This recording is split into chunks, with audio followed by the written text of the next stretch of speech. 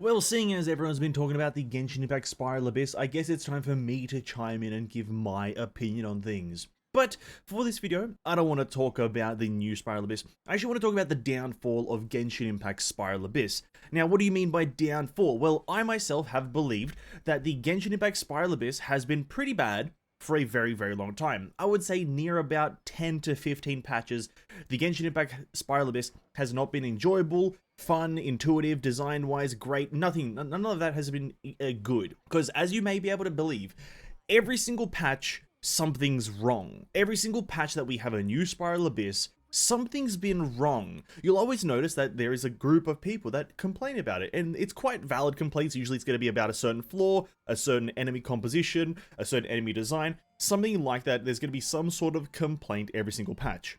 Since a certain point, and that certain point is roughly the start of Inazuma. But before I get into talking about the history, or at least my knowledge of the history of the Spiral Abyss, let me talk about 2 points. There's 2 fundamental problems that the Spiral Abyss usually encounters. It's actual enemy design, a specific enemy being designed in a way that does not suit the requirements of Spiral Abyss. A good example of this is the mechanical array in Inazuma. This boss just does not work in the Spiral Abyss function. You have about 3 minutes, about 1.5 if you count each side of the chamber, but you have 3 minutes to kill one boss and then a whole other chamber. This boss wastes about 30 seconds of your time with one of his phase changes. This boss does not fundamentally work with the Spiral Abyss design.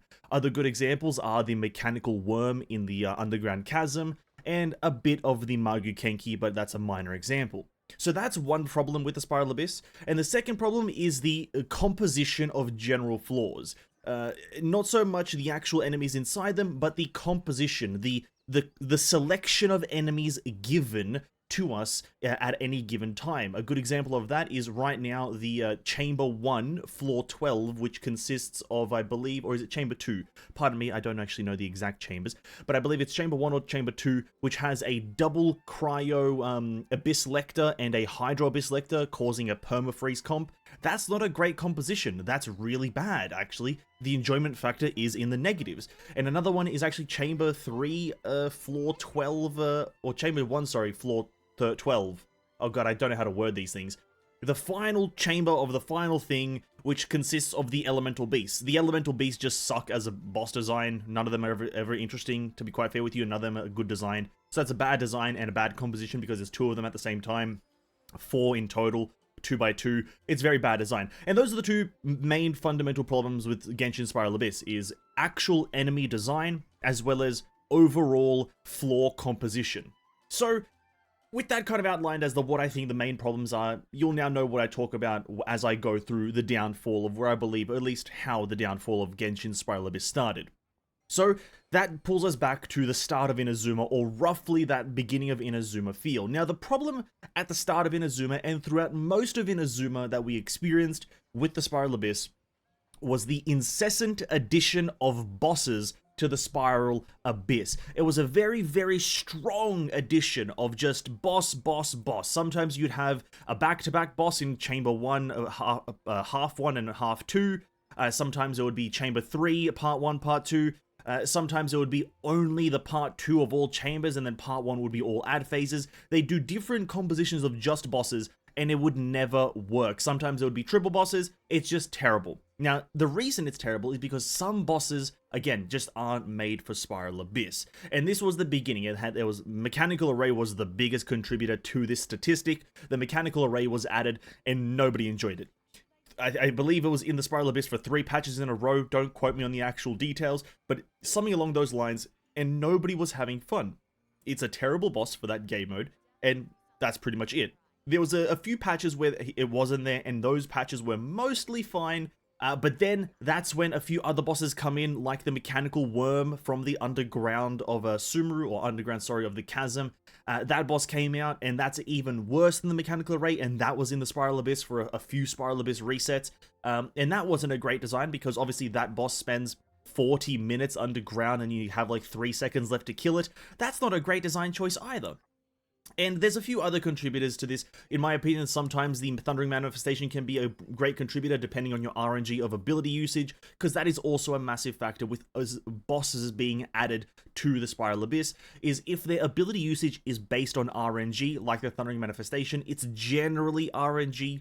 If you're far away from it, it can cast a numerous amount of abilities. It can do the 5 shots, it can do the double dash, it can do the teleport, it can do a variety of them, and depending on which RNG like roll you get of abilities, you could waste a different amount of time. If you get the double dash, you're wasting about 10 seconds there for him to stop doing his double dash. If he does the 5 shots, then you maybe have to run up to. And so, a few of the bosses that aren't exactly bad, like the Mechanical Array and the Mechanical Worm, the ones that aren't exactly bad, they're okay, but pretty bad still. And that was kind of the theme of Inazuma.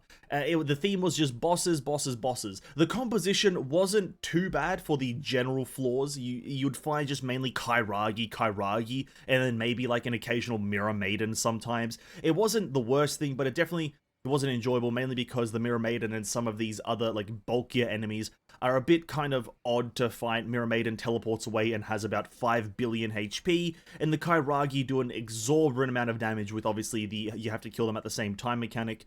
Obviously that is obviously a gameplay mechanic, so that's fine for the most part. But yeah, the composition was mostly fine. But where the composition takes a tumble is in the Sumeru patches. So Sumeru is kind of like a combination of bad kind of bosses being added, but also with bad composition. But let me clarify. The boss design itself is not the worst thing in the world. Obviously, we have the chicken, the Dendro chicken. That's a fine boss. You just kill it. It's on the field permanently. That's actually even perfect for a boss. That's kind of what you want, and that's absolutely fine.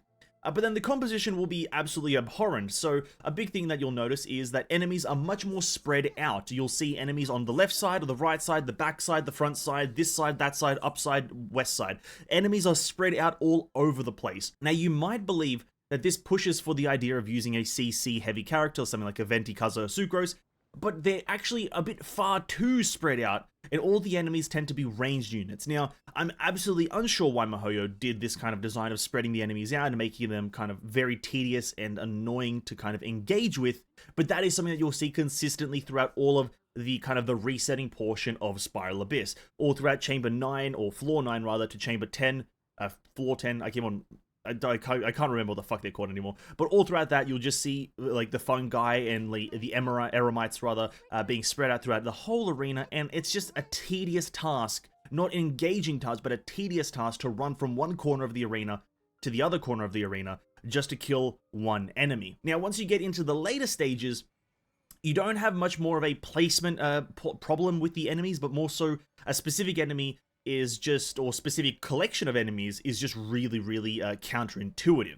Now, a great example of it right now is, obviously, as I mentioned earlier, is the Cryolector with the Hydrolector. That is a prime example of it. Now, the reason this is a problem, for those who don't quite understand why it may be a problem, is because the AI, the enemies that you're fighting, are being given a mechanic which is usually locked away for only player usage, because it's a very overpowered mechanic, and that mechanic is perma CC. Now, there are numerous mechanics like this that you could make in games, but usually they are locked away only for player usage, right?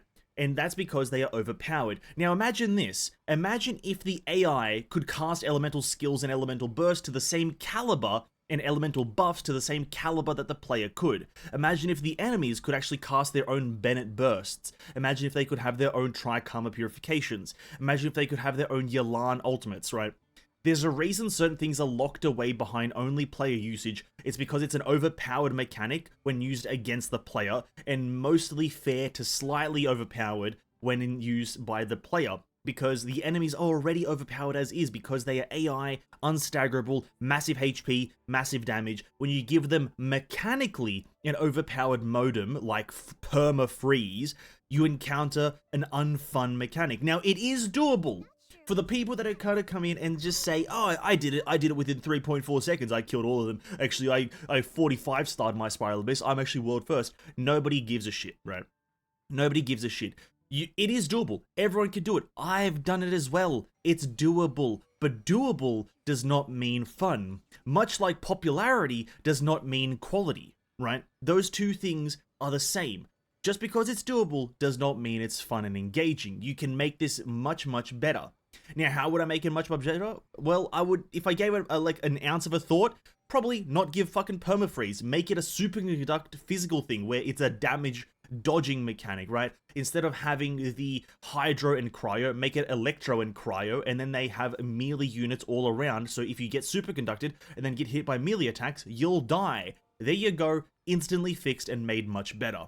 Bada bing, bada boom. That is pretty much the theme of the Sumeru patches. It was just kind of a composition difference. A good example of it prior to this one that we have right now was the elemental beasts from Sumeru. Now, these elemental beasts, for those who haven't exactly gotten up to this content because it's quite recent, these elemental beasts are extremely, extremely powerful for just being a non-boss enemy. They're extremely powerful. They've got massive HP, massive damage, massive mobility, and very, very few mechanics to counter it.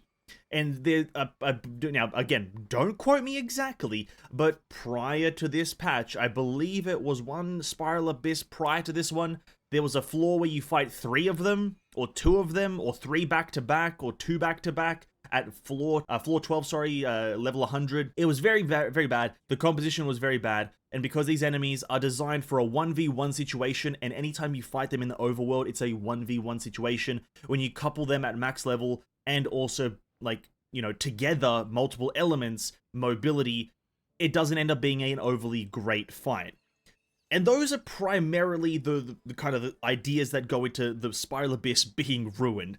The composition and the actual enemy design. When you combo both of them, bad enemy design and bad enemy composition, you end up with a bad Spiral Abyss. Now, this will most likely fall on deaf ears because the Genshin community is mostly blinded to this and they kind of like to accept anything. And they're very accepting of bad qualities and bad mechanics, so this is probably going to fall on deaf ears, but that's just how it is. No other game really designs things this badly. The only other example comes to mind is one boss recently in Honkai Impact, which is the Epona boss, which is a very badly designed boss fight in my opinion. But other than that, people try to avoid bad composition and bad enemy design because guess what? It's not enjoyable, it's not fun, it's not engaging, and people don't like it.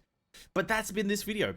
Now, this video is not here for 100 precision, 100% accuracy, this is what you should believe, but it's more so to outline how the Spiral Abyss has not been great, and how it hasn't been great, and it won't be great for a while. It won't be great in Fontaine, most likely, and it won't be great into the future because the system itself is not a great system. It's a very constricting system, it's a very unintuitive system, and it's a very non-player friendly system. 3 minutes to do like a very, very big task. How about make it 5 minutes and you can make it a bit more of an ordeal and a bit more of like a labor of love instead of a quick task that's very intense and high octane. I'm not sure. I would probably have to give this last part that I've just mentioned a bit more thought, but there are many ways that the Spiral Abyss could be fixed, but that's all up to Mihoyo to do it. Will they do it? Most likely not. And how will I do this outro? Very cleanly. Hope you guys had a great evening. Thank you so much for watching, and I'll catch you guys in the next video. Peace out.